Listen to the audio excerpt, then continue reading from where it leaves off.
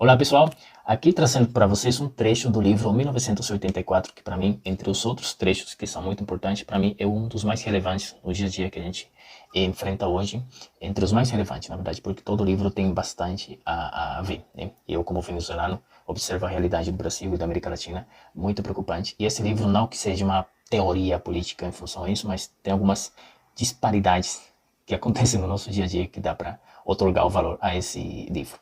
Essa cena que eu vou compartilhar para vocês é no momento em que o protagonista se encontra com um dos seus amigos no filme, né? Mas fica claro no livro que não existem amigos no livro 1984, nessa realidade. O que existe são camaradas. Nessa cena, esse amigo, o Saine, encontra o Winston e eles começam a falar de um assunto que tem a ver com a nova língua, o dicionário da nova língua que está sendo construído, né? E o Saine, o amigo do Winston, é a pessoa que está trabalhando na criação desse novo dicionário. A ideia, vocês vão vendo no filme essa imagem, mas eu vou ler o capítulo do livro, tá? Como é o livro que é mostrado, porque no filme a dublagem às vezes que pula alguns trechos. E eu acho importante que vocês possam talvez ler também o livro, tá bom? Deixo a sugestão aí para vocês. O livro 1984 de George Orwell. Beleza? Vou compartilhar aí para vocês a leitura então. Exatamente quem eu procurava, disse uma voz atrás de Winston. Voltou-se, era o seu amigo Saime, que trabalhava no departamento de pesquisa. Amigo, talvez não fosse a palavra correta. Não se tinha mais amigos, tinham-se camaradas. Mas haviam alguns camaradas cuja companhia era mais agradável que outros. Saime era filólogo, especialista em nova língua. Com efeito, fazia parte da enorme equipe de peritos empenhada na compilação da 11ª edição do Dicionário da Nova Língua. Era um sujeito mirrado, menor que Winston, de cabelo escuro e olhos grandes, saltados, que eram ao mesmo tempo zombeteiros e tristonhos, e que pareciam examinar atentamente a face do interlocutor. Queria te perguntar se tens uma gilete, disse ele. Nenhuma, respondeu Winston, apressado, como quem se sente culpado. Procurei em toda parte. Não existe. Todo mundo vivia procurando gilete. Na verdade, tinha 2 lâminas que estava escondendo. Havia meses que faltavam na praça. Em determinado momento, havia sempre algum artigo necessário que as lojas do partido não tinham para fornecer. Às vezes eram botões, outras linhas para servir meias, outras atacadores para sapatos. No momento, eram lâminas de barba. Só podiam ser encontradas com um pouco de sorte, numa busca furtiva no Mercado Livre. Há 6 semanas que uso a mesma lâmina, acrescentou, mentindo, o Winston. A fila deu mais um salto à frente. Quando pararam, ele se voltou e encarou Saime outra vez. Os dois apanharam bandejas de metal, engorduradas, de uma pilha na ponta do balcão. Foste ver os enforcamentos a noite passada? Indagou Saime. Estava trabalhando, disse Winston, com indiferença. Com certeza verei no cinema. Pobre substituição, comentou Saime. Seus olhos galhofeiros examinaram o rosto de Winston. Pareciam dizer: eu te conheço, vejo através de ti. Sei muito bem porque não foste ver os prisioneiros enforcados. Intelectualmente, Saime era venenoso, de tão ortodoxo. Falava com satisfação e júbilo, muito desagradáveis, de ataques de helicópteros a aldeias inimigas, julgamentos e confissão de ideocriminosos, execuções no subsolo do Ministério do Amor.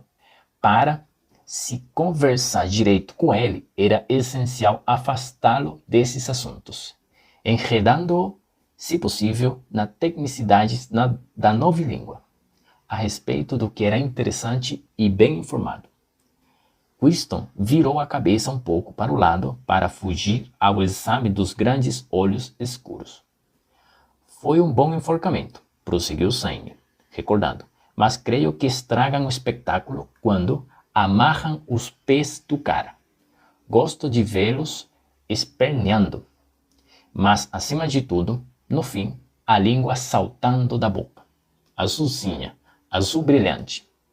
É o detalhe que mais me interessa. Outro, berrou o prole da avental branco, que empunhava a concha de sopa.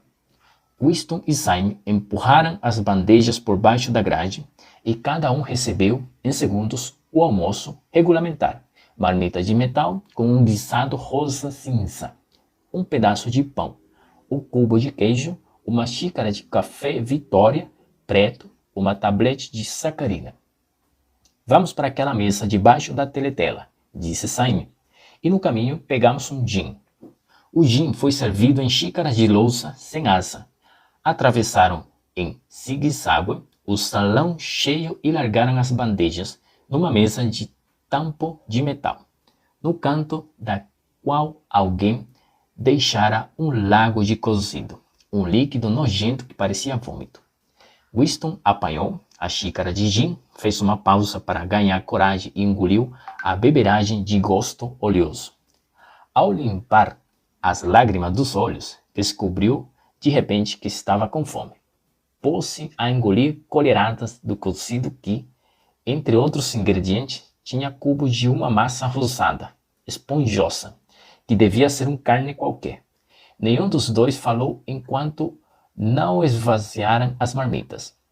Na mesa à esquerda de Winston, um pouco para trás, alguém falava rápido, sem parar, uma cantilena áspera que parecia os grasnar de um pato e que conseguia romper o falatório da cantina. Como vai o dicionário? Perguntou Winston, levantando a voz para se fazer ouvir. Devagar, respondeu Syme. Estou nos adjetivos. É fascinante. O rosto se lhe iluminara imediatamente com a menção da nova língua.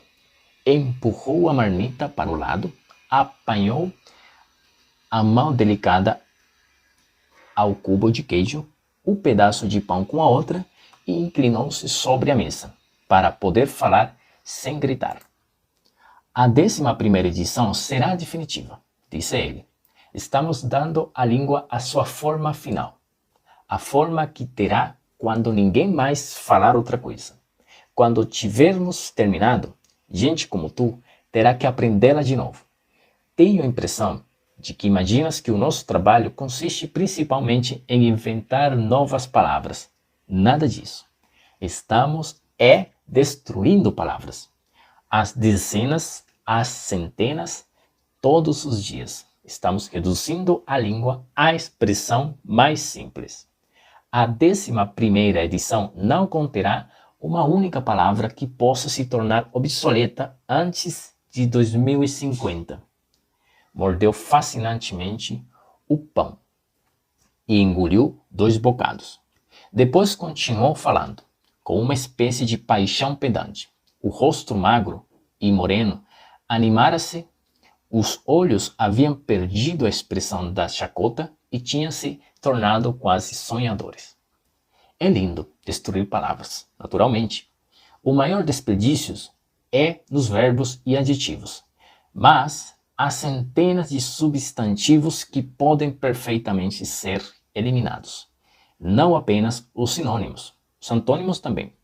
Afinal de contas, que justificação existe para a existência de uma palavra que é apenas o contrário de outra?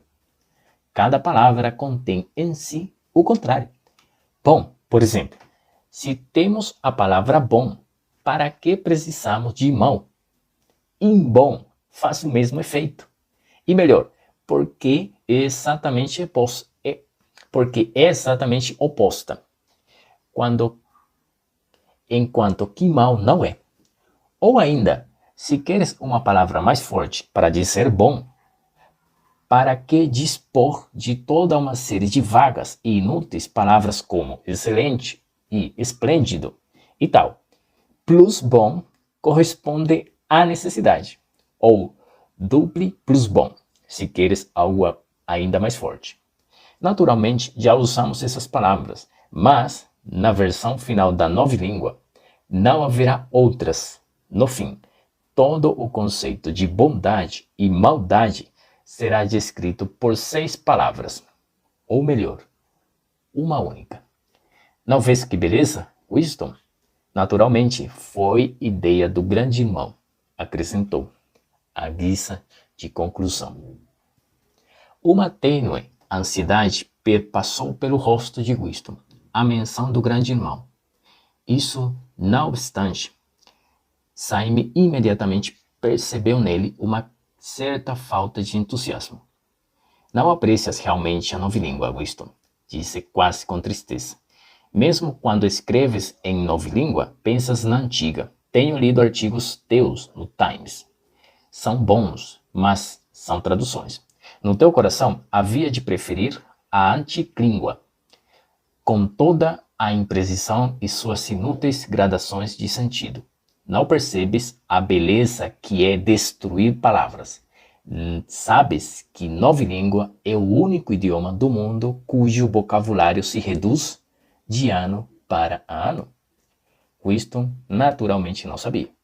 Sorriu com ar de simpatia ao que esperava, não confiando em suas próprias palavras. Saime mordiscou outro fragmento de pão escuro, mastigando-o um pouco e continuou. Não vês que todo o objetivo da nova língua é estreitar a gama de pensamento? No fim, tornaremos a crimideia literalmente impossível, porque não haverá palavras para expressá-la. Todos os conceitos necessários serão expressos exatamente por uma palavra, de sentido rigidamente definido. A cada significado subsidiário, eliminado, esquecido. Já na 11ª edição, não estamos longe disso, mas o processo continuará muito tempo depois de estarmos mortos. Cada ano, menos e menos palavras e a gama da consciência sempre um pouco menor. Naturalmente, em nosso tempo, não há motivos nem desculpas para cometer uma crime-peia.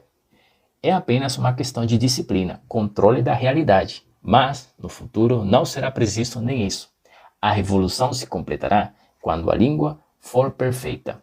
Novilíngua é insoque e insoque é novilíngua, agregou com uma espécie de satisfação mística.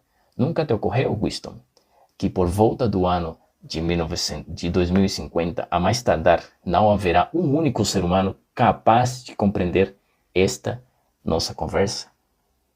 Exceto, começou Winston em tom de dúvida, mas parou de repente.